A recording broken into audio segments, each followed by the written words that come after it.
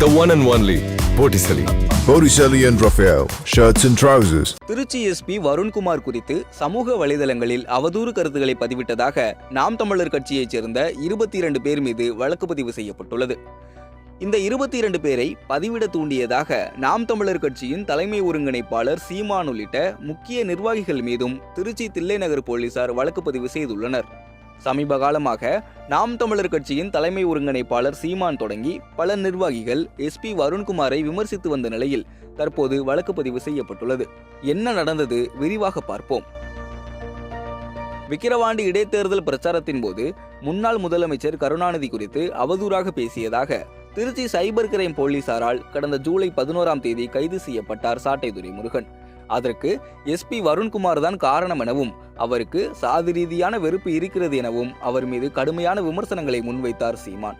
அதனைத் தொடர்ந்து எஸ்பி வருண்குமார் சாதிகள் இல்லையடி பாப்பா குல தாழ்ச்சி உயர்ச்சி சொல்லல் பாவம் என பாரதியாரின் பாட்டை தன் எக்ஸ்தலத்தில் பகிர்ந்திருந்தார். அது அப்போது சீமானுக்கு பதில் சொல்லும் விதமாகவே பார்க்கப்பட்டது. தொடர்ந்து நாம் தமிழர் கட்சியினர் குறித்து சீமான் பேசியதாக சில ஆடியோக்களும் வெளியாகின. அதற்கு காவல்துறையை குறிப்பாக எஸ்பி வருண் தான் காரணம் என குற்றம் சாட்டினர் நாம் தமிழர் கட்சியினர்.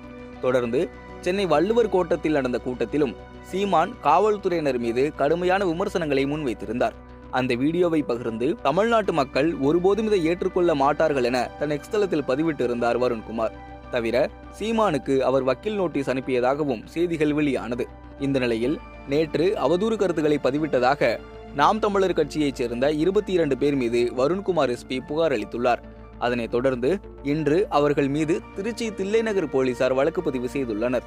தவிர அவர்களை பதிவிட தூண்டியதாக சீமான், சாட்டை துரைமுருகன், இடும்பாவனம் கார்த்திக் உள்ளிட்டவர்கள் மீதும் வழக்கு பதிவு செய்யப்பட்டுள்ளது.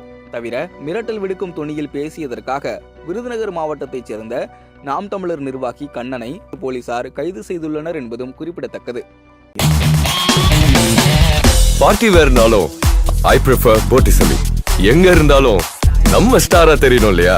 வெரைட்டியான கலர்ஸ், நியூ டிசைன்ஸ், அதுக்கு மேல star look. The one and only Botticelli. Botticelli and Raphael, shirts and trousers.